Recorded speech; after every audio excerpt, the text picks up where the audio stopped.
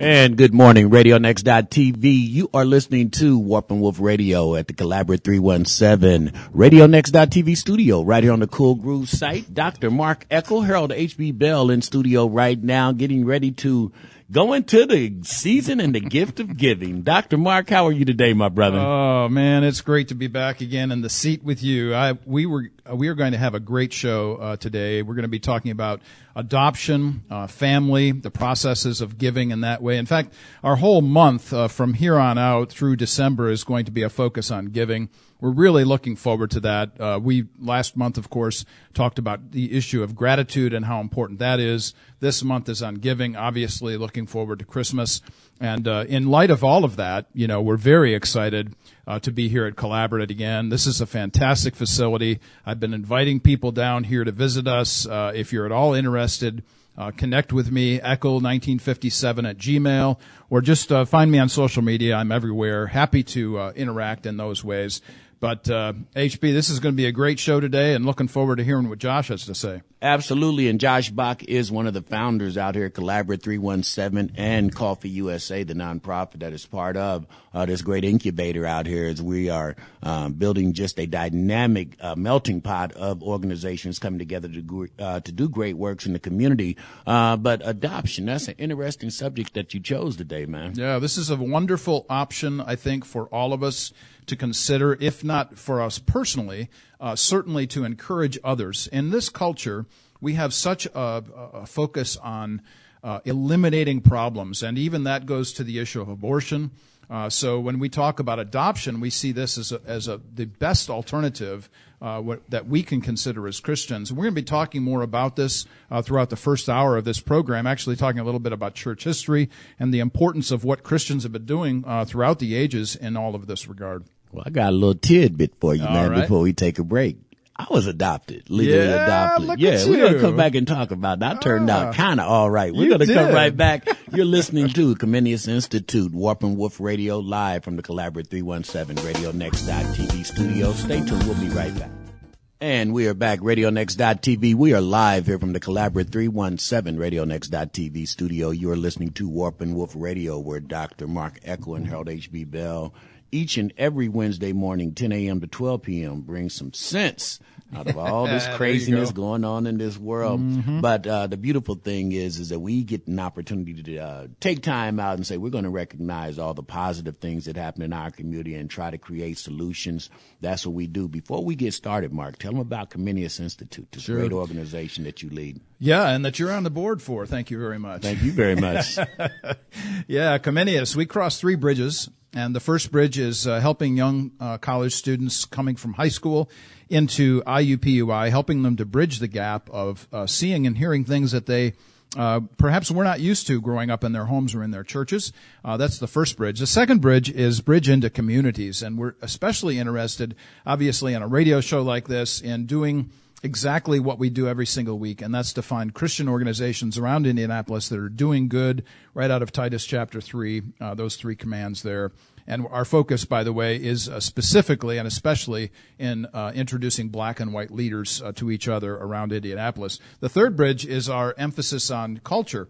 So how do we engage culture from a Christian point of view? In fact, just this week on Monday, Kelly Thompson from Moody Radio interviewed me on their great show up there in Anderson, and we talked about why doing good is the best response to a bad culture. So that was a lot of fun to do that. So Comenius, find us at ComeniusInstitute.com, and we have all kinds of things there, podcasts, video teaching that I do every Sunday at my church. There's all kinds of essays there about the kinds of interactions that we have with our students and so on. And then, of course, you can go to my website, warpandwoof.org. That's WARPANDWOOF.org. And there you will find over 600 essays about just about anything you want to find, I think. And you can use the search line to type in words and find things that might be of interest to you. Always contact me. You can contact me at Comenius. You can contact me through my email, echo1957@gmail. We'll even text to talk. We'll be happy to do that too. So find me got anywhere. some new tools. That's right, man. Look at me. Look at you. 60. 60 years of age, and I've still got tools, man. Hey, but it's great. It's great. But great Thanksgiving, I take it. Oh, it was fantastic. And we had the kids down from Defiance, all of them. So the grandkids, everybody was there. Lots and lots of fun, as you might well imagine.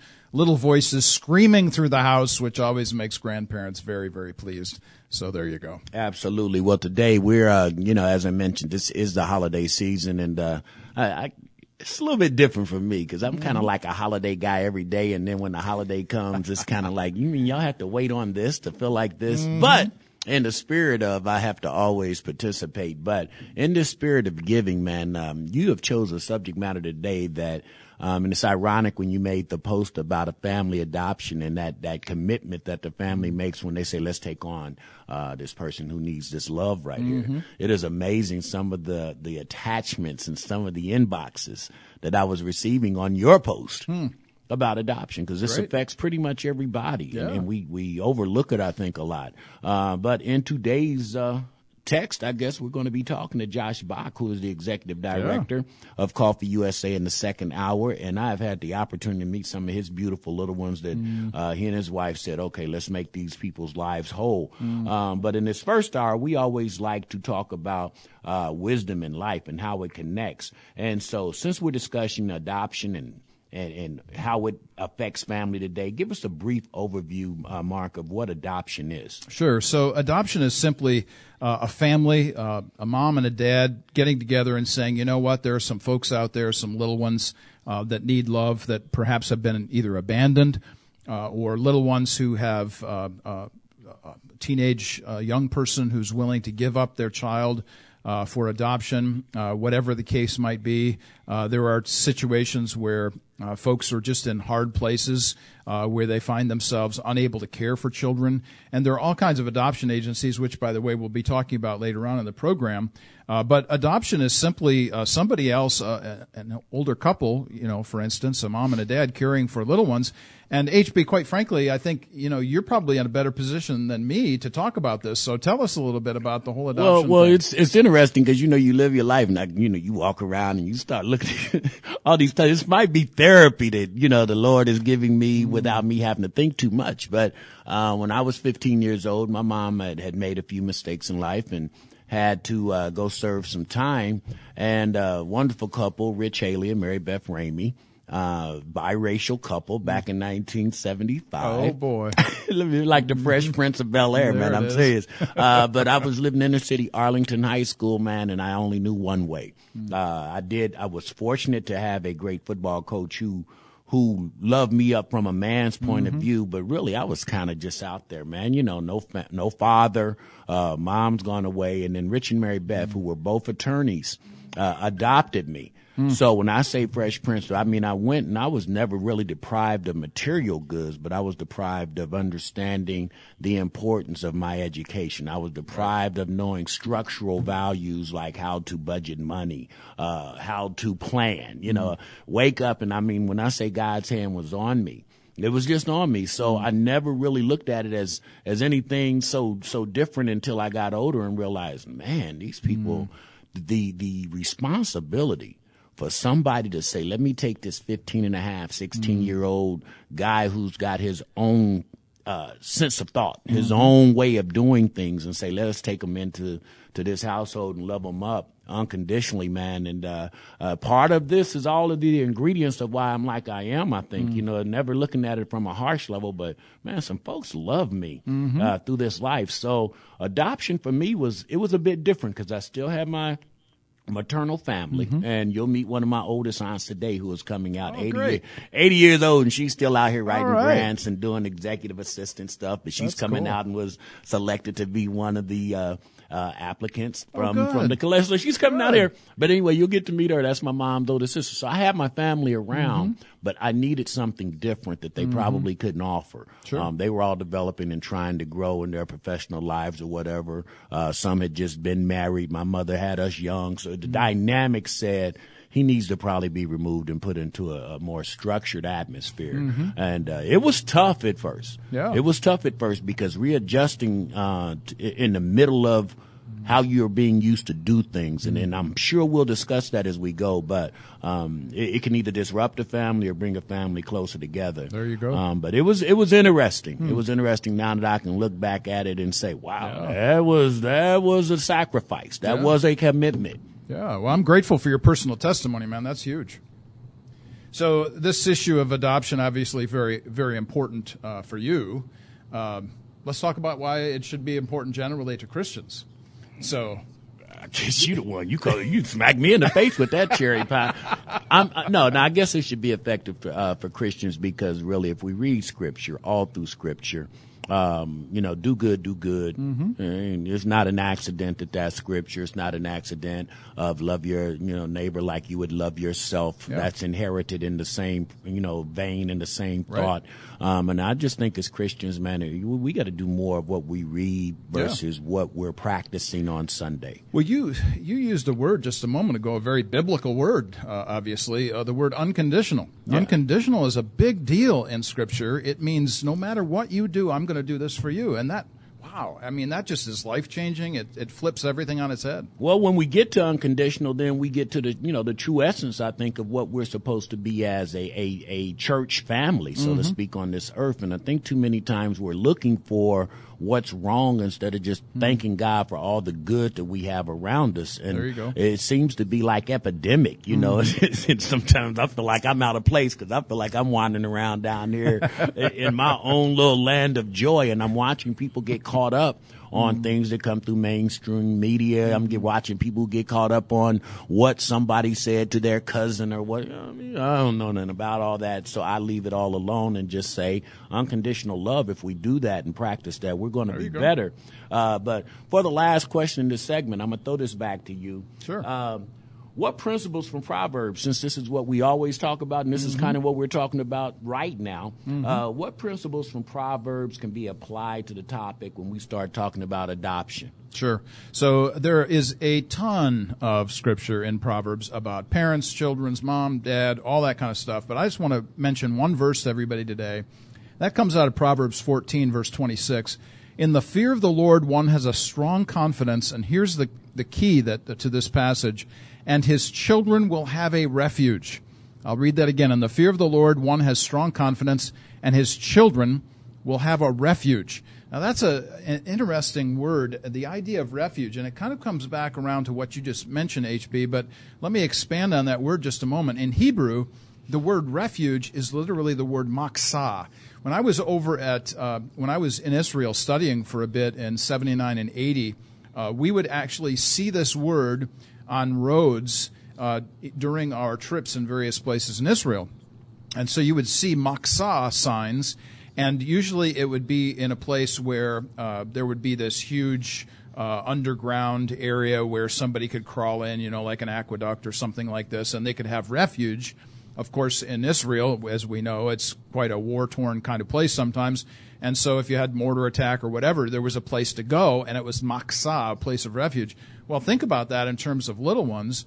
If a little one now has this place of refuge where they got a mom and a dad, they're going to take care of them, just like in your case, this is a marvelous, wonderful thing, and they actually have protection from things around them. Absolutely. This is a great conversation, and if you're just tuning in, we're talking about the commitment of adoption, the unconditional love when you adopt someone. And right now, I think it's very important that we might consider, if you're out there and you do not have any young ones around, and even if you do, if you're a single person and you're a little bit alone or whatever, you'd be surprised at what giving your life to help someone else's life would do for your benefit. We're going to come right back. Dr. Mark Eckel, Harold H.B. Bell, Wharf and Woof Radio on the Cool Grooves RadioNext.tv. We are live from the Cool Grooves site at Collaborate 317 RadioNext.tv studio. Harold H.B. Bell, Dr. Mark Eckel in studio for the Warp and Woof Radio Show, and today we have a very, very interesting topic, and one that I'm sure affects somebody and everybody in any family. We're talking about family adoption and the dynamic of that. And adoption is one thing when maybe one or two people, the husband and wife, say, let's come together and let's adopt this child. But if you already have 2 to 3 children, then that dynamic changes tremendously when you're talking about, shaking up the dynamic of your family. In the second segment, I guess we need to know is why is adoption so important for both children and parents as we led into that little segue there. Yeah. This is, I want to introduce everybody to perhaps a publication you're not familiar with, but you should be. It's Christian History Magazine. And you can go to ChristianHistoryInstitute.org and find their wonderful archive of all of their fantastic stuff from issue 1 through this coming issue is issue 124. I'm going to, just pat myself on the back here a little bit and say I was one of the initial subscribers to Christian History Magazine back in the day when it first came out. And I love this magazine because you find all kinds of great stuff here from history, and it's wonderful stuff. So I wanted to read something from this issue that's coming out this month, actually. This is going all the way back to the 1st century. And I wanted to highlight this because this thing has been going on in the Christian tradition for 2,000 years. Here's what a man whose name is Tertullian said. Tertullian was one of the great apologists of the 1st century. He said, "We don't take the gifts and spend them on feasts, drinking bouts, or fancy restaurants." It sounds like he's talking to the 21st century. This is something he's saying in the 1st century. When they get money given to them, he said, instead, Tertullian continues, "we use these gifts, to support and bury poor people, to supply the needs of boys and girls who have no means and no parents." Oh, my word. So that sounds vaguely like, I don't know, maybe adoption. A little church lady there for you. And the emphasis is always the same. The emphasis has got to be, how are we going to do good, reach out? So when you ask me, why is adoption important for both children and parents, this brings people together. It goes back to the segment we just did, unconditional love, the goodness that can be had by giving somebody a home, not on the streets. Parents demonstrate their love, and, of course, this expansive love, as you well said, HB, if they've already got children, bringing in more. Absolutely. So, I guess the next question would be, is if that's so paramount in how we should live individually, then how does it promote a better culture? Yeah. I'm really going to be working this month to get in a really important group, I think. I've been in love with the Salvation Army forever and always. We're going to try and get them in here to talk about what they do at the Salvation Army. But I just wanted to mention some things that they do right now during this season of the year. So they're actually doing adoptions with Angel Tree. So if you're at all interested or have any kind of connection at all to Salvation Army in the past, probably the most important and most significant and perhaps the most well-publicized of all the things that they do, especially at Christmas time, is the Angel Giving Tree. And they talk about the adoptions that they do there and so on. So I think this promotes a better culture simply because folks like the Salvation Army are out there and doing this. Let me highlight a few groups that are actually doing this. There is a group here in Indianapolis called Bethany Christian Services on Graham Road that has an adoption agency.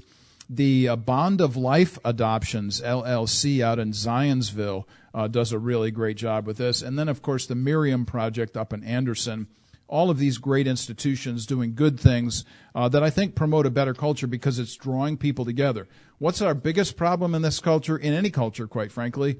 Ever since Genesis 3, we've been dividing ourselves from each other. The best thing that we can do in a culture is not diversify, but unify. And so anytime we can bring people together, show them the goodness of what is happening around us, share that with them, the unity of the Spirit of Christ is what we're all about. Wow, man, that is interesting. And while you were giving that information, I just had to go online and look up the numbers for adoption. And right now they have over 100,000 children who are waiting to be adopted, and over 400,000 who are in the foster care system. So you see this is a huge, huge problem. Is there any other groups that you'd like to mention who are doing some positive things in the community before we go to this next break? Yeah, sure. So just before we do that, I just want to say, it's so nice to have you as a co-host because, look at you. You're online. You're checking things out for me, backing me up, man. I mean, if I'm your twin, I have to think like the doctor, don't I? I mean, we just a couple of shades, lighter and darker, however you want to take it. But no, man, this is real this is what real. we do. Yeah, this is what we do, but it's so paramount that people know, because if they don't know those numbers, then how can they really take how tragic it is, that we've got babies, over 500,000 babies almost, just out there with no one loving them. That's not good. Absolutely. And by the way, hey, Mom, your sons say hello to you this morning. Love you, Virginia. There you go. So Bethany in Indianapolis, let me highlight a few things that they do. I want to pick up on Bethany because they do such great work there. Domestic foster care. This is a marvelous opportunity for those who perhaps can place a child for some days, weeks, months, and help them along to their next spot, perhaps actually to perhaps even adopt them in the future. Then, of course, there's infant adoption. Expectant parents looking for adoptive families. This is a huge issue, one that we've been talking about all the way through. International adoptions. Here's what Bethany does to help bridge the divide between oceans and American families that are looking to adopt young people from other countries. And then, last but not least, is pregnancy support. Now, we have the emphasis in this culture, unfortunately, is on choice, and the emphasis in a pro-choice environment is oftentimes against the pro-life emphasis. And so we want to emphasize what Bethany does, pregnancy support and a pro-life emphasis, and that's what we're all about. HB, I think Bethany, and there's a whole bunch of other folks out there doing great stuff. I think this is a great way for folks to start looking if they're interested. Absolutely. And right before we go to the break, I'm on Bethany's page right now, and it ties so close into what we're doing here in the Collaborate 317. As you know, the seed of Collaborate 317 is the Hope Center. And part of the problem when we start talking about foster kids are the lure of human trafficking. And we've got so many things that are attached to young people being adopted, lack of graduating from high school, the lack of employment. All these things are crucial when we're talking about kids who go into the foster care system and do not get the opportunity to be built or raised in a somewhat holistic household. Right. We're going to come back. Dr. Mark Eckel, Harold H.B. Bell, and the Comenius Institute. We're talking about adoption. If you have any opinions and want to weigh in, go to Dr. Mark Eckel on Facebook, Harold H.B. Bell, and give us your thoughts and insights on this. We'll be right back.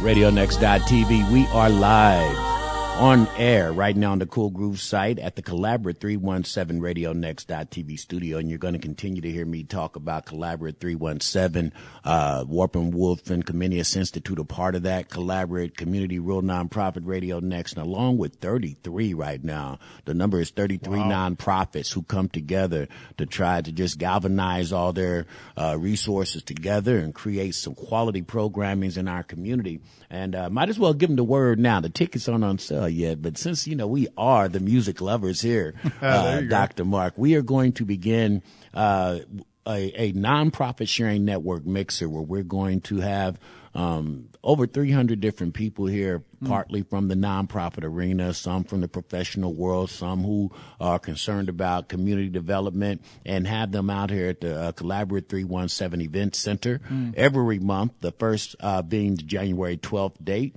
6 p.m. to about, we're saying 9 p.m., but if Rodney Step and the Step Walker Project get to jamming a little hard, we'll go till 10. And so we want you to come on out and enjoy and see what we're talking about. We can't do it justice, people, when we start describing some of the things that are going on over here at 317. So January the 12th, 6 to 10, we'll be putting it out here shortly. Tickets will go on sale right at the first of next week, and you can learn how you can be a part of this great Collaborate 317 family out here. Dr. Mark Eckel, we are talking about adoption today, and as we enter this last segment of the first set, while we'll wait on our guest, Josh Bach, and he's an expert at it. Yes, he is. No, man, and I commend him, because what I'm noticing too, before we get into this last segment, is the love of the people who are making these adoptions. Right. And I'm watching all different creed and colors of people just adopting these babies of all different creeds and colors. Yep. And man, it warms my heart, because I truly think back when we were going in a couple of segments before, man, God didn't do this accidentally. That's right. This ain't accidental, man. Yeah. You know, we act like we don't get this sometimes, whether it's working together, coming together as a different races of people, whatever it might be. We act like we don't understand it. And when I watch these people say, let me go get this baby from Somalia, let me go get this baby from Russia who has been deprived of the things that can help them grow and be a fruitful citizen, and watch people just say, let's love these babies. And if we could get back to that as humans, we'd be good. So that's my preaching moment. But in this last segment, my brother, who are some of the Christians in Indianapolis who are doing some good things through adoption? Yeah, this is let's go back to something that I should have said earlier, perhaps, and missed the opportunity to do that. So let me hit it now. You mentioned you connected, obviously, the Lord who has given us all things, and one of the things that I failed to mention early on was the issue of adoption in Scripture. Scripture gives us a huge picture of adoption, starting all the way back in the book of Genesis. We actually find out that the family of Abraham was going to be basically adopting everybody, which means that they were going to be adopting all nations. All nations were going to be blessed through Abraham because of what God was going to do through that great nation. But adoption is the act of God whereby he makes us members of his family. Now, of course, in the New Testament times, we're talking about when one becomes a believer in Jesus, there is this automatic family connection. And one of the greatnesses of being at a place like Collaborate 317 or sharing time with any of our friends, wherever they might be, who are believers, we're just automatically in a family no matter where we go. So we can go to a different city, we can go to a different neighborhood, doesn't really matter. We really just feel this symbiosis, this connection with each other, simply because we are part of that family, and God has given us that family to be invested in. But to the issue of Indianapolis, let me just suggest again, I mentioned these folks up in Anderson, but I wanted to say again, the Miriam Project Adoption Services, and their website emphasizes providing Christ-centered adoption services. So we're talking about expectant mothers. We're talking about a few current families looking to adopt. We're talking about those who might be pregnant and the needs that they might have. And then, of course, there are home study connections that they're doing, but all kinds of great things that they're doing for folks in and around Indianapolis, up in Anderson. Once again, the Miriam Project Adoption Services. And all of this, again, is born out of God, who has given us this adoption concept throughout Scripture. You know, this is this next question is one that's going to take us there a little bit, because I just kind of hit on it before, culture and adoption. Yeah. And I just want to know, is there a difference between how the culture and the Christian practices adoption? And if so, then explain why. Sure. So I think the big issue for us, whenever we talk about how Christians and Christianity is different from every other view of life and things, we always talk about the difference being basically the one between what's internal and what's external. If in our culture the focus is on the external, then people are going to be interested in, let's say, for instance, adopting a child simply to have a child, because that's part of maybe what is necessary for them to show to other people that they care. If this is truly simply an external display of something that you want for yourself because it will make you whole, then there's a whole bunch different than what the Christian does, which is born out of love and internal compulsion of the Spirit of God, someone who is concerned and consumed by the very thing that God has given to them, which is his grace and mercy and love. And so the big difference, I would suggest, always between, no matter what it is we talk about, culture and the Christian, the culture is going to focus on the external, the Christian's going to focus on the internal, and the transformation comes from the inside out. You know, and this question wasn't one that we were planning to ask, but in just listening to that, and we start talking culture, we want to start talking about as well economic deprivation and how that might lead to the lack of people who want to say, let me adopt this young one, versus the reality of, can't afford this. Yeah. One of the things that makes me think of right away is the connection that I see on a regular basis, probably every 3-4 months. Some article pops up someplace, whether it's Huffington Post or Slate or Washington Post or wherever, and folks are talking about how much it costs to raise a child. And once again, I'm going back to my answer just a moment ago. When we focus as a culture on that which is external, so we're talking about a money issue, this isn't being driven from something that's internal, that's going to change us. Now, do people need the wherewithal economically to make these kinds of decisions? Well, of course they do. But so many folks, so many Christians do this out of simple love, and they make room for young people. Let me just go back to church history for a moment to emphasize this. When the Romans wanted to get rid of children, and this happened on a regular basis, we see this in cultures for millennia. When Romans wanted to get rid of children, they often would get rid of female babies because they wanted a male heir. And so what the Romans would do when the church first started in the first century was the Romans knew that Christians would take care of their kids. So instead of taking them to the dump, which is sometimes what they did, or drown their little female babies in the local river, what they would do is they would leave the babies on the doorstep of Christians who they knew would take care of them. Now, Christians, they didn't have huge economic supports or whatever, but because of the love that they had, God provided for them in means and in ways that they never foresaw. And, of course, so many young people were saved in that way.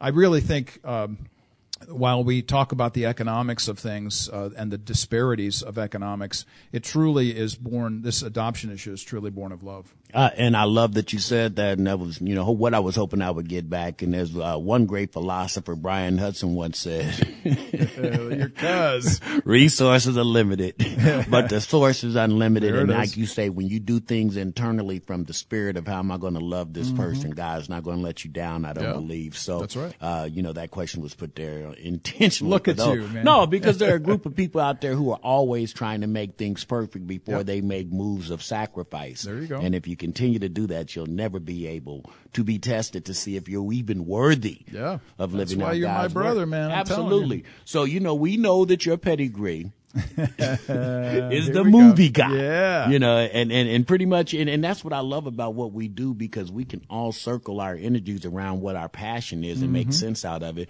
You love the movies. Yeah. So even in the field of adoption, tell us, and I know where we're going. Tell us about some of the movies that can really help inspire people if they want to know more, feel like they can be attached to maybe wanting to know more about adoption. Honestly, I love your word inspire there. So let's inspire some folks with some of these films. And, these are fun-loving movies, but they really do speak to the issue of needs that the culture generally has. So let's talk about the fun movies Despicable Me and Despicable Me 2. This is a great adoption film where Gru is a villain who adopts 3 orphaned little girls.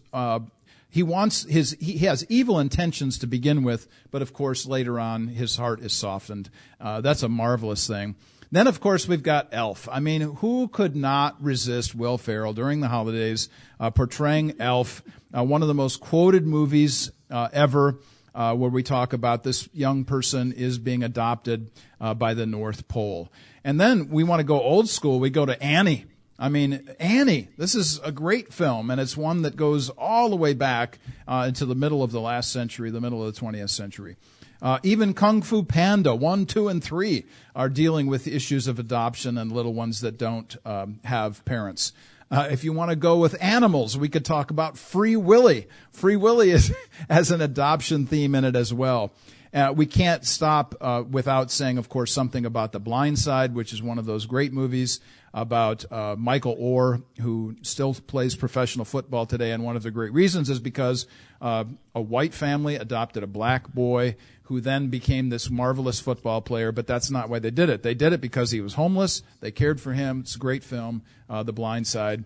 And then if you're looking for something that is maybe along the lines of your elementary school kids, they're looking for a new movie, haven't considered this before, check out Stuart Little, which is all about going to the orphanage and bringing home a new son. Did I hit on any of your favorites, HB? You're just cracking me up because, this horror gothic movie guy, who does educational programming, man. You can tell Grandpa was in the house today. There it is. You had I can tell you were sitting up watching with the grandbabies over Thanksgiving. It's true. All of these great movies. Yeah. But no, truthfully, sometimes, we make more sense out of watching a movie, detaching ourselves from people we know and thinking about all the things that could go wrong versus watching and saying, you know what?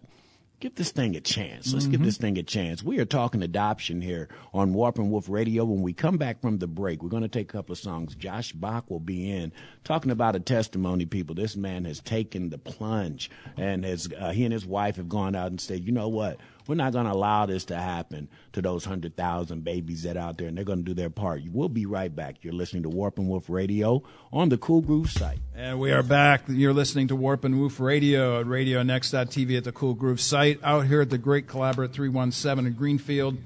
Make sure that you touch base with me at some point to talk about coming out to see this great place. I've been giving some tours over the last few weeks of folks, and their eyes pop when they come out here. 25,000 square feet. We have a gala room of 300 seats. We've got video teaching room of 50 seats. We've got a studio for radio and video. I could go on and on. It's a great place to be. And Comenius is grateful to be a part of this collaborate of 30-plus nonprofits around Indianapolis that are doing good in the community and rubbing shoulders with each other and sharing ideas and the opportunities that we have in this particular great city of Indianapolis. Today we are continuing our discussion, and we started in our first hour about adoption.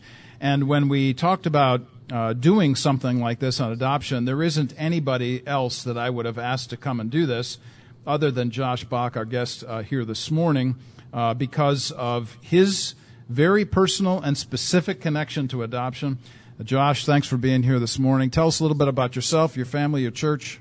Yeah, take it away. Thank you for having me, and very, very excited about you being on board and getting a chance to collaborate with you on a regular basis. Just the meeting of the minds. I love the idea of just being able to introduce each other to each other's contacts because we can do a lot together. That's right. That's right. So very excited. Yeah, adoption is near and dear to my heart, my wife's heart. We've made it really a very strong personal mission of ours to help with the awareness, and it's just an area topic that's so near and dear. There's so many children that are in the need of foster good homes to be in. There's so many children that are in need of some loving parents to take them in, teach them the basics, love on them, and so I want to first and foremost really kind of pass the spotlight to my wife. She is her name's Kara. She really this is her passion. She's the CEO of that mission. There is no nonprofit associated with it. It's just the giving of talents, resources, and so kudos to her. I support it and I help in as many ways as we can. And it is. So we have 5 daughters that we adopted, 4 of which through the foster system here locally in Marion County. And our oldest daughter is 12. We've got a 8-year-old, and then 3 7-year-olds. Oh, wow! So 2 of which are twins. There's a 3-month difference. So a couple months back, we had a 7-year-old and 2 6-year-olds, but now we have 3 7-year-olds. Wow! So all in first grade. Wow! And so, yeah, it's just an absolutely wonderful delight to be a part of their lives, to have them into our homes. They are our children. We learned very early that biological is one thing; it's a gift, and it's a wonderful, wonderful gift. But it does not take blood to be a loving, engaged, 100% parent. There you go.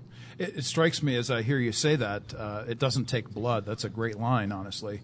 When I stopped to consider this, and we just talked about it just a few minutes ago in the first segment, we talked about God's view of adoption and something that Scripture sets up for us very clearly from Genesis on, actually. Of course, being adopted into a family that is not necessarily your own, not in bloodline that way.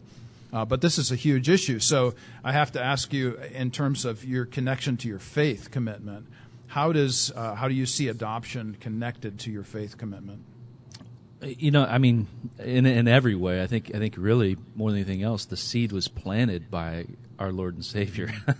I know that my wife and I, we've been together since our freshman year in college, and so we're getting ready to celebrate our 17th wedding anniversary. Congratulations! But one of our initial conversations that we had with each other as we started dating and getting serious was the idea of how important each of us felt adoption was.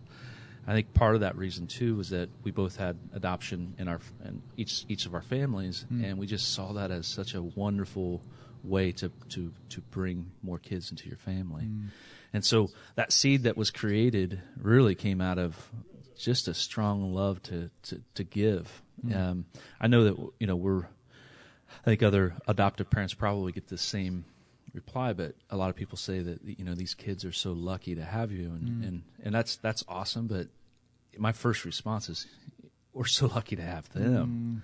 And so, I mean, it is that family unit, that bond that God brought us together. God opened up each and every door for each of the children that came into our home, and there's zero doubt that's exactly how it took place. When you stop to consider the issue of adoption, and from a Christian vantage point, obviously we just mentioned the connection to Scripture, which is huge.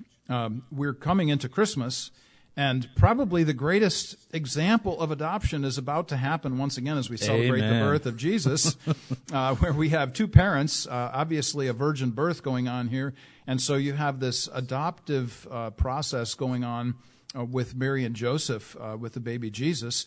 This is a big deal for us when we stop to consider who Jesus is and where he came from, and how we make that connection to us. Just kind of seems obvious, doesn't it? It really does. We have to sometimes stop and really look at that core teaching. Yeah. Because that's exactly what that is. Yeah. I mean, the idea of really being able to bring someone in. There's a lot of talk around, with the idea of are these your kids? And people don't mean to say what they mean, because that's just cultural type thing. Yeah. And now, are all of these your kids? And the answer is yes. All of them are my kids. That's right. But there is a big thing about the idea of we grew up in a culture that we want to pass on our DNA. We want to pass on our bloodline, so to speak. And it really causes you to really stop and ponder what is my bloodline? What is my is it biological? Right. Yeah, and it's not always so. I was just down at Shepherd Community Center yesterday, and talking with some folks down there, and we were discussing, connections here and maybe having them on a radio show and so on. And we were talking about these young people that are being so wonderfully helped at Shepherd. And one of the statements that I made was, legacy is not what you leave behind, it's who you leave behind. And it's one of my many mantras. I think I'm up to 169 mantras now, Josh. So maybe I should post them someplace. But no, it's definitely. Legacy is not what you leave behind, it's who you leave behind. And it doesn't have to be blood. It doesn't have to be physical. You're talking about these young ladies that you have now in your home as your children. This is who you are leaving behind. They are now going to have this tremendous example set for them that they're going to take into their families into the future. It's funny you say that, because I just remembered a conversation I had with one of my daughters, Maria, last night. And all my girls are just loving and wonderful. I mean, they just really, truly are. But Maria just really, she lights up. She lights up. The love radiates from her. And the conversation really was kind of going back to, being able to give each other love. And so I explained to her, I said, well, my parents and some of my family and many people they gave me love.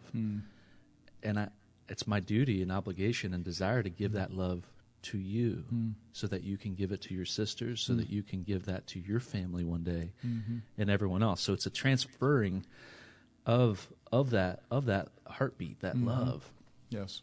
And it's so different from the Christian vantage point. One of the issues that we talked about in the first hour was the difference between how culture views adoption and how Christians view adoption. We talked about how it's driven from the inside rather than, in some cases, some of the folks are, if I could be so bold as to say, rather narcissistic about how they view adopting a child simply so that they can say they have a child. Yeah. Some folks go so far as to say awful things like, this is my trophy.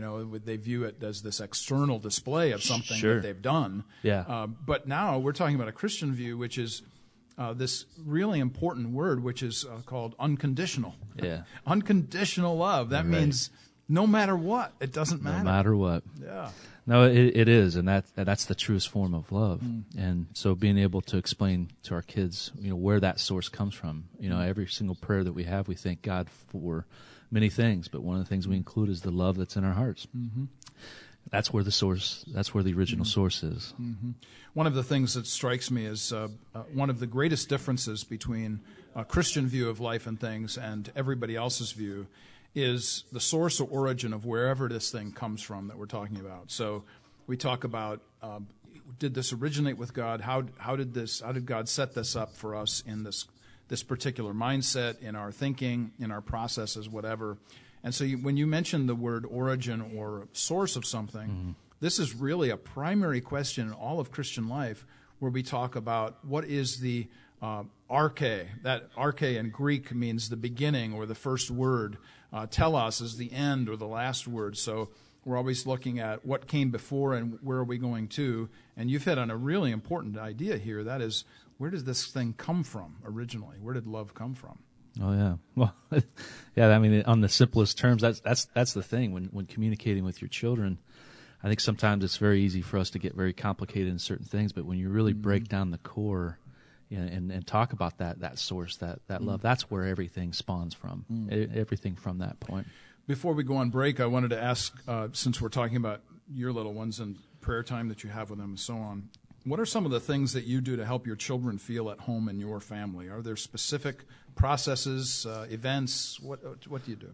Well, I think, so my wife and I are very, very strong in our mindset in regards to communicating and embracing what adoption is. Mm-hmm. And you look back at, decades ago, adoption was something that just wasn't talked about. If you were adopted, if you were early age, sometimes you weren't told ever, mm-hmm. or maybe when you were, an adult.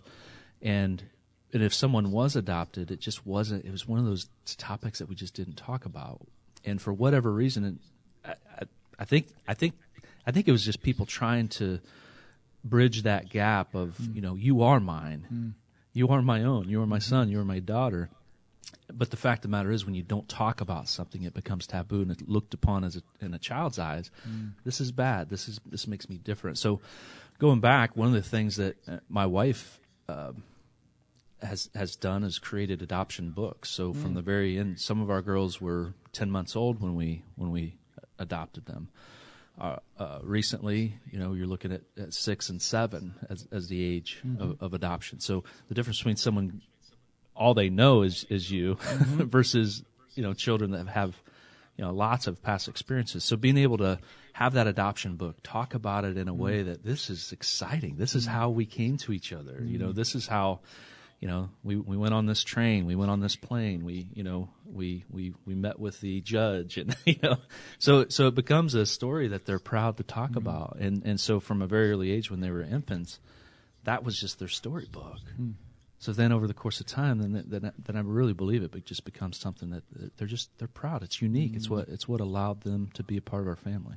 This storybook idea is fantastic, and the concept of every child having a story, and then, of course, you becoming part of their story by adopting them as mom and dad is just fantastic. We're really grateful to have Josh Bach here with us this morning talking about the issue of adoption and how important that is from a Christian vantage point. Let me say this, man, and listening, because this, I wrote a poem when I told you I was 15 and a half when I was first had the legal guardians or adopted by Rich and Mary Beth.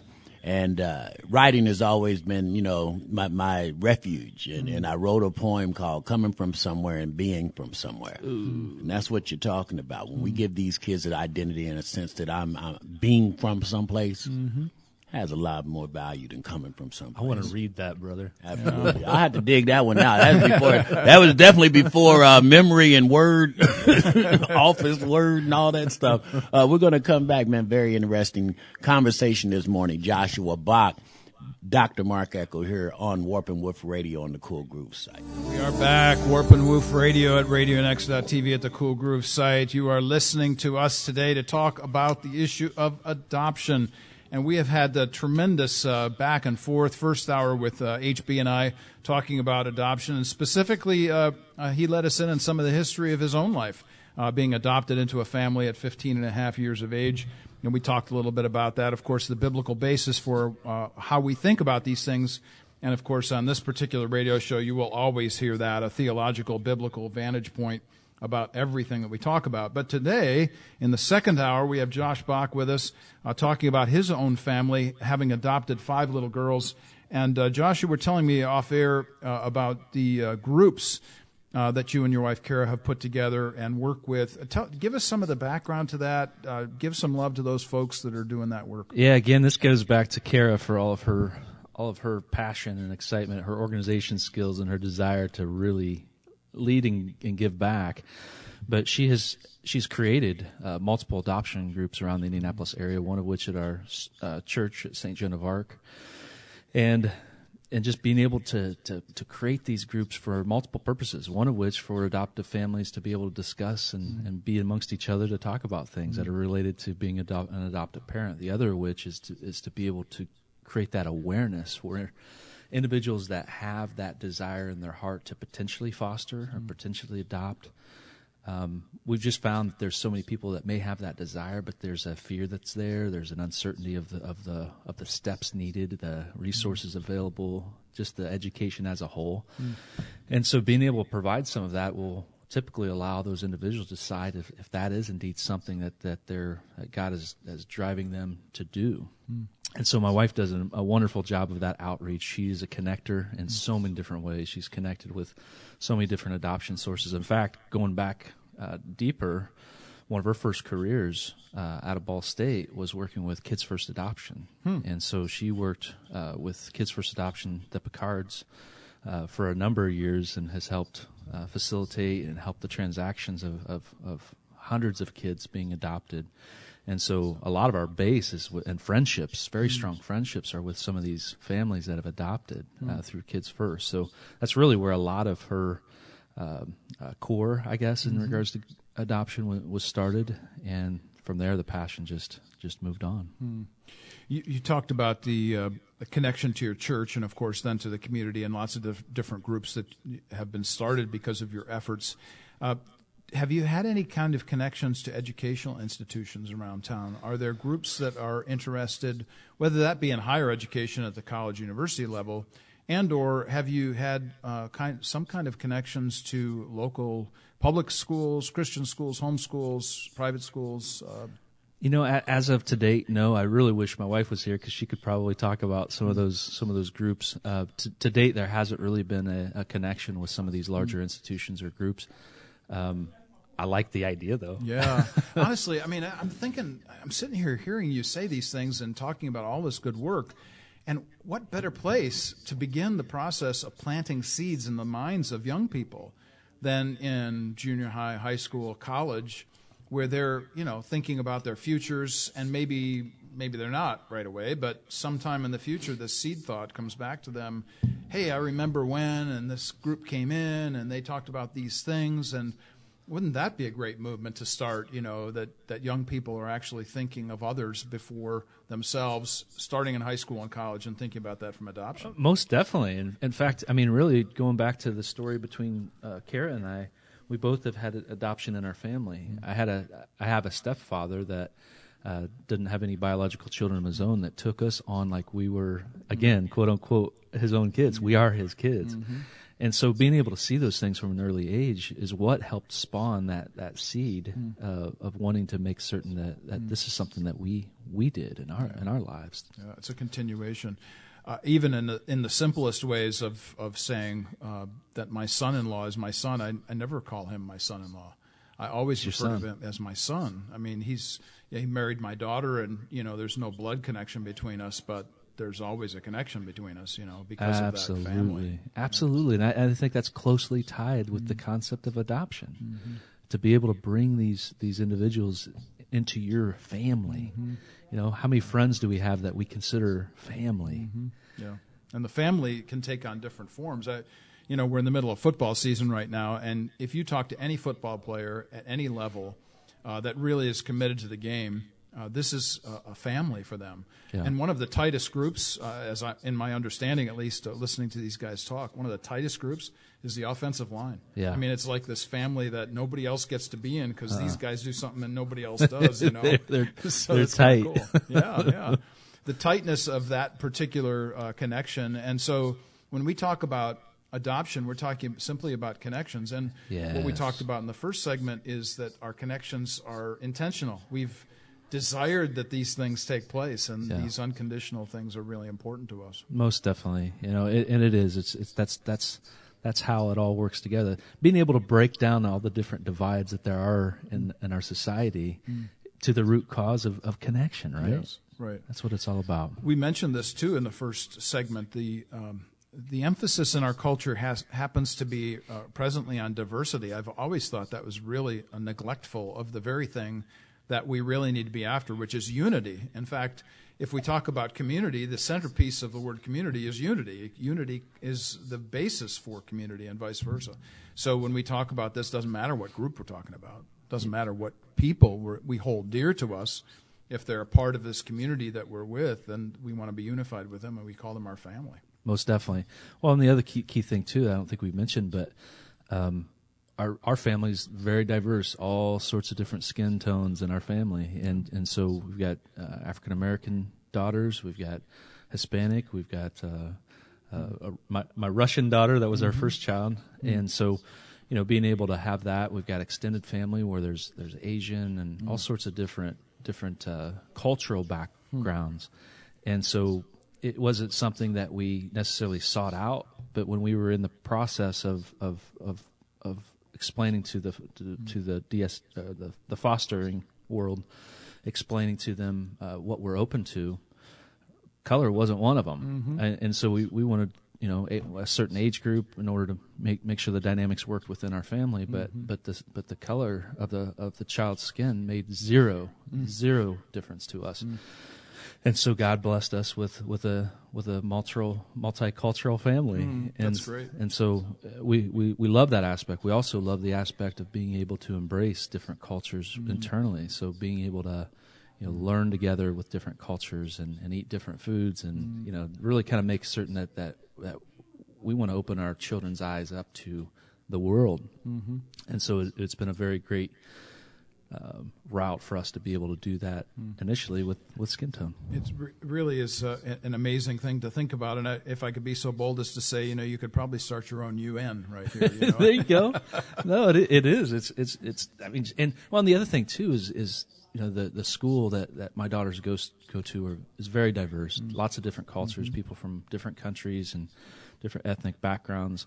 The place where we live is very diverse. So we live in this awesome bubble. It seems like that we don't have some of the same things that are going on, in the media and some of those. It just isn't taking place in the same way. The wonder of doing something like this makes me think of other conversations I've had, and then it makes me think of we should have a whole program on this. And one of the thises that I'm thinking about at the moment is the connection of parents who are of different ethnicities raising children of different ethnicities. Yes. And that would be a whole program by itself, and perhaps even to bring in a psychologist to talk about the connections that need to be made in that respect. I've had some folks come to me and say, we're raising this child who's of this particular ethnicity, and I'm realizing that there are some things I'm missing. I wonder what they are. And so I do think even within the Indianapolis community, we probably have folks who are doing this, but maybe even haven't thought down the road, how do these things kind of come together, and what are some of the questions that maybe we're not even asking yet? Well, definitely. And fast forward, when our children are adults and the fact that they grew up in a diverse family, how's that going to affect them? I don't have the answer to that. I don't know. My kids are still young right now. Yeah. But no, I think that topic is amazing, and there's a lot of individuals that I believe that would really enjoy that topic. All right. Note to self: make sure that we have this topic in the future. If you are raising a child that is different ethnicity than your own, we're going to make that happen. This is going to be an important issue. Actually, I was talking with a psychologist the other day about this very topic, and he was very interested in maybe participating in something like that. So having you here and talking about these things this morning makes a difference in that sense. That's awesome. Yeah, so when we left in the last segment, we were talking about how do you help your children feel at home in your family. And you had said something about putting together a book, so a story book, let's say, of their own adoption. When you talk to your children about their adoption, is this storybook something that you allow just kind of free rein to explain to them what goes on in their lives? Or yeah, I mean, and Kara just did a wonderful idea. She got the idea from one of her resources of just being able to create those pictures of our children as a baby or whatever the age they came to us, and be able to create that storyline book and being able to explain the adoption process, being able to have that picture of that judge that was there, and being able to, the first time they met some of our extended family, and and all these different things. And it's just it's a celebrated moment. It's a story about them, and a story that they enjoy hearing. So, I think gradient levels of understanding. I mean, you give your child what they need at the time, at the age that they're at, and so being able to have that story as a solid base allows for that discussion over the course of time as they get older to be more rooted. And so it is. It created a very strong base for our communication, our open communication. And needless to say, too, that we've got several dozens and dozens of families that have adoption within their family. So, a lot of the kids that they play with are either adopted or their siblings are, and it's that's just a route on how we formed our family. I bet it's really a fascinating thing for outside families when they see all of your girls together and hear them say, "Yeah, that's my sister. Yeah, that's my sister. Yeah, that's my." There's got to be some wide eyes going on. Yeah, there's 5 town. girls, man. So, and they're all from different ethnic backgrounds too. Wow, that's just huge. Well, you just mentioned a word. We were talking off air, Josh and I were about the issue of I sometimes just pick up on words that people use. And in this case, you used a word that is really kind of near and dear to me, which is the idea of rootedness. Yeah. And so the necessity of having deep roots, not just in a home perhaps, but in a community, and the necessity of how you see that developing. Talk a little bit about rootedness and why that's so important to you. Well, just going back to the core roots of why we're together. Giving thanks for God bringing us all together as a family, and we tell our story with our kids of how Kara and I met, and how that was the start of our family, our core family here. But I think it really just goes down to that root of giving thanks, being grateful for God bringing us all together, and so those roots will allow, as our children get older and go through different stages, my hopes are that those fundamental roots that we've been able to instill are going to really show and serve as a lot of strength moving forward. There must be a picture in heaven someplace of your family and Jesus pointing to the angels and saying, "See, this is what Revelation 5 and 9 look like, down the line here. Right. All these different cultures and languages and ethnicities and nations, and it doesn't really matter. This is what things are going to look like. Just take a look at the Bach family." When you wait, come over to our house sometime. It's not always that way. Yeah, okay, all right. Well, it can be a little crazy. We'll just leave it like that. Frankly, maybe we'll talk off air about how it is to be a man in the midst of all of those women. But that's another discussion, I'm sure, altogether. Well, I need to take advice any way that I can on that one. As I said, I'm leaving that alone. How when you talked earlier, something else that struck me that was interesting in your discussion about this was your children were adopted at different ages. Yeah. And when you talk about adopting them at different ages, what mattered and what didn't matter depending on the age? Could you give an example or two of that? Well, our oldest was 10 months old when we went over to Russia and brought her back to the U.S. And so, she grew up. That's all she knows. Mm-hmm. Now, we still explain those stories, and she embraces that in adoption. Our twins, they were 3 days before their first birthday, so somewhat similar. I mean, they were infants, Sure. And so that. There were some challenges that we had as far as with attachment issues, that we had to really get through, and sometimes still battling with some of that today. Mm-hmm. But the girls that we just finalized the adoption for, they were much older. They have extensive memories of being in several homes, and they have some hurts and some pains, and sometimes that comes up, and so the challenge of between the different girls are what type of knowledge base do they have before they came to us. So it's just different at different stages, and they're doing a wonderful job of adapting. They've been with us about 1.5 years now, but there's difference. There's no doubt about that. Yeah. Something that kind of comes to my mind when I hear you talking about this is the need for trust, I would imagine, in your family. Absolutely. Yeah. So you have these little ones who have just come to you, let's say 18 months ago, thereabouts. And is this something, from your vantage point, as you're seeing them develop and grow, is this something that you see as an issue for them, knowing who to trust and how to trust you? I think that would come into play with just about any child. Okay. I think one of the key things I think as parents we can do, regardless of whether our children are adopted or not, is to just follow through with what we say we're going to do. Sometimes that's not easy at all, and that's one of the areas I think my wife and I do a fantastic job of. It's not always easy, but if we say we're going to do it, we have to stick to it. I'm like, you made me do that. I wanted us all to go to the movies today, and now we're not, or whatever. Right. But that builds that trust. And sometimes as a parent, we don't see it that way. But the fact is, when we stick through with what we say we're going to do, that gives a child so much peace of mind and trust for that individual. Yes. And so the good things, the bad things, and everything in between, just being able to really follow your word. This brings up the topic of consistency, which then brings up the topic of stability, so that people know, hey, you know what? When I go home, I know for sure that these people are not going to stop loving me. They're not going to stop helping me. They're not going to stop feeding me. That there's a trust, but that trust then builds into this stable lifestyle. Yes.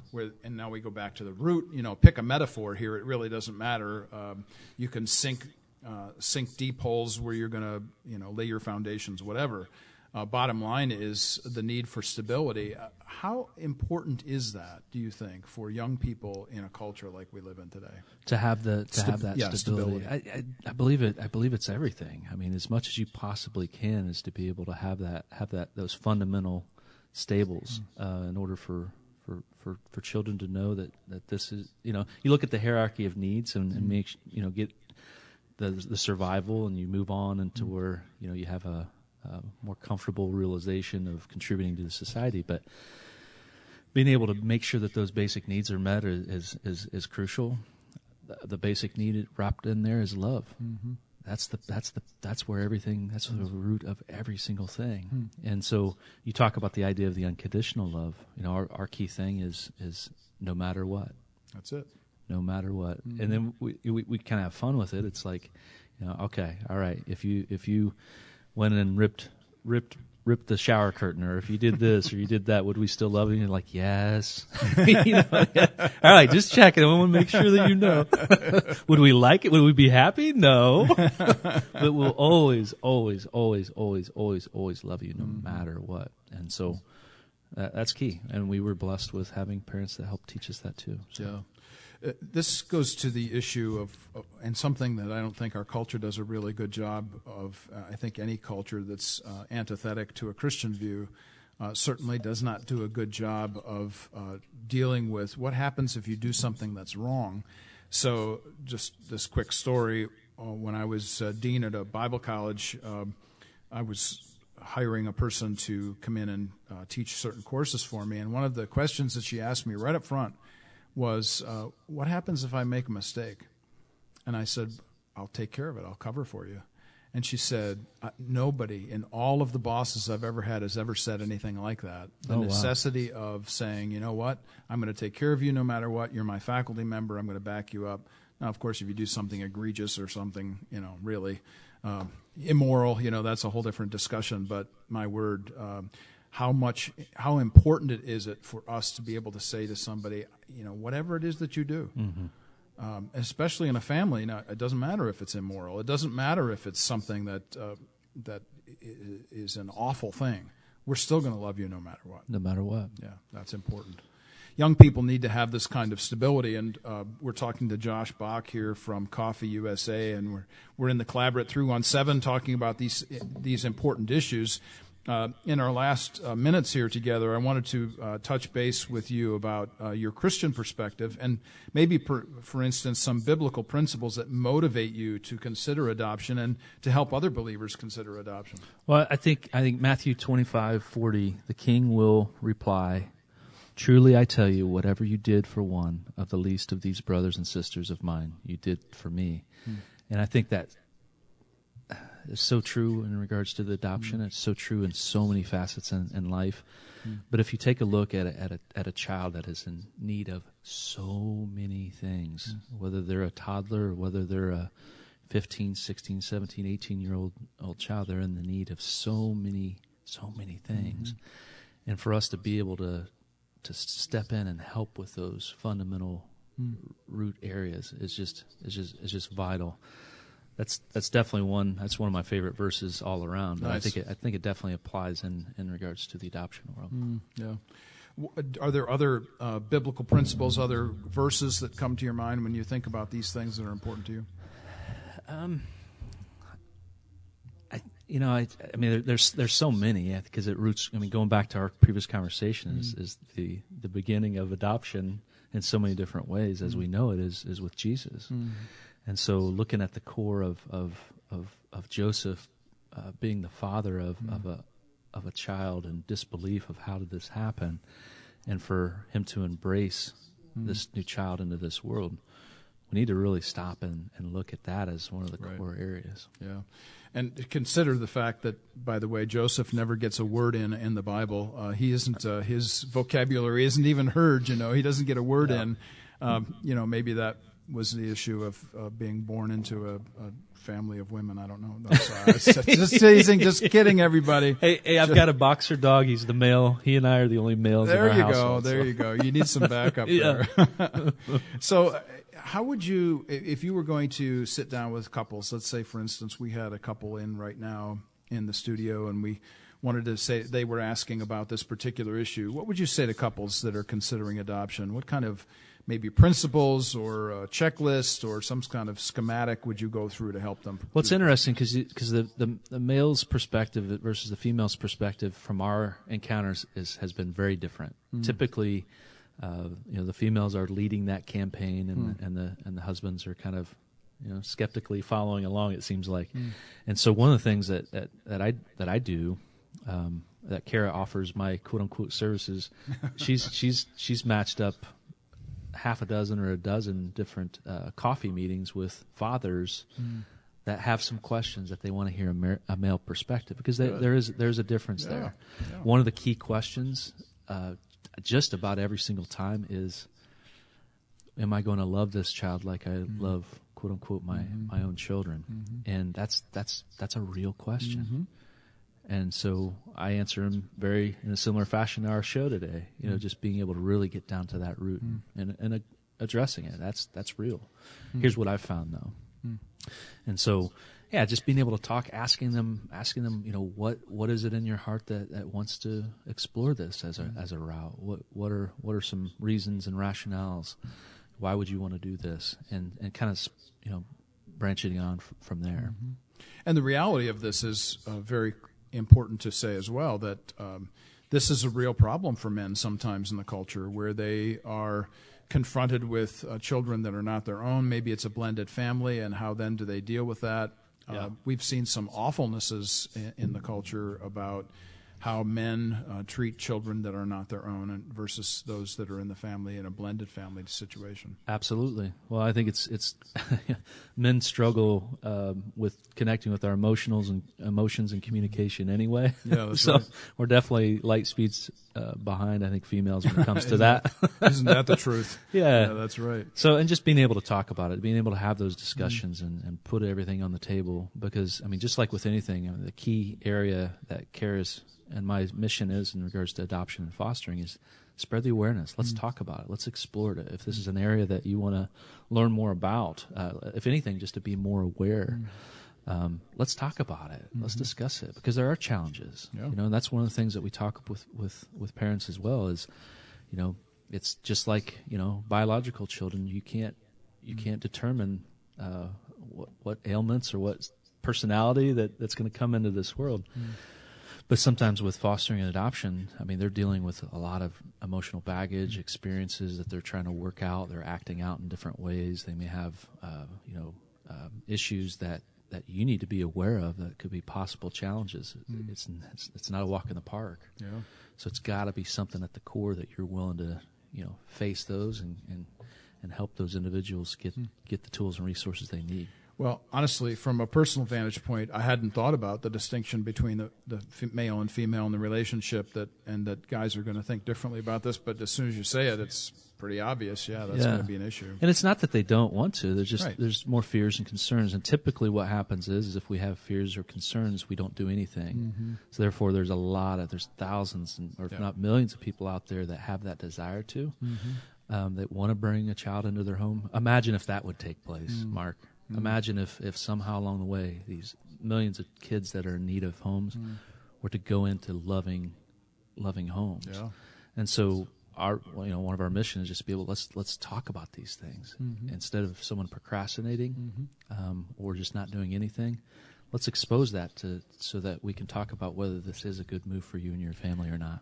Right here toward the end of our discussion, let me give you an opportunity to at least tell folks about what you're doing with gifts to foster children, children that don't have families right now, just to kind of give them a sense of, hey, this is something that you could enact right now. You don't have to be even involved in the whole process, but if you identify people that don't have parents, take that away and talk. Yeah, it is. And going back again, my wife has done an amazing job, and I've supported and helped any way that I can on that with getting the word out. But over the course of the last 4 years, she created an initiative in order to team up with some of the caseworkers or guardian ad litem within the area to be able to provide a Christmas gift or two for foster children. And so I think our first year we did roughly maybe 40 or 50 Christmases for young foster children. And it's grown every single year, and I think there's a good chance we could hit over 250 this year. Wow. And so with a strong chance moving into next year with Collaborate 317 and our efforts, I mean, we could go 500, 1,000 with the help of everyone kind of coming together on it. Yeah, absolutely. Well, if you had any last comments to leave with everybody, what would you say today? Explore it. Become aware.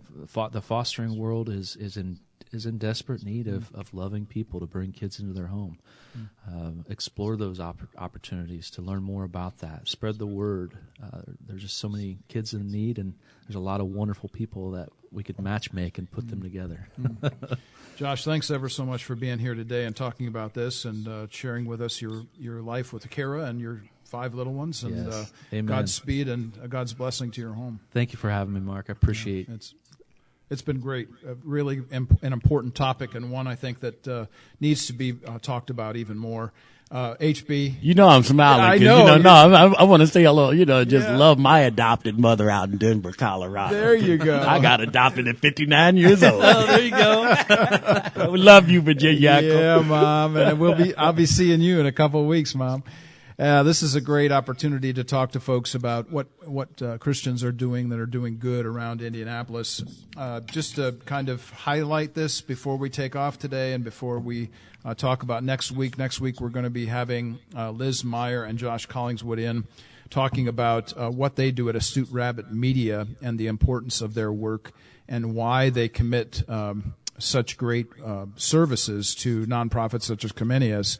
But I do want to emphasize again, because this is the giving season, that nonprofits like Comenius and so many others are looking for those who would like to step out, who have the means financially and fiscally to help those of us who have budgets that need to be met through donations. And we are certainly in need of those kinds of things, like all nonprofits are. So you can connect with us at Collaborate 317. You can find me everywhere on social media. We're all over the place. You want to send me a personal email, send it to eckle1957@gmail.com. You're listening to Warp and Woof Radio at RadioNext.tv at the Cool Groove site. We'll look forward to seeing you next week. Until then, Godspeed and God blessing.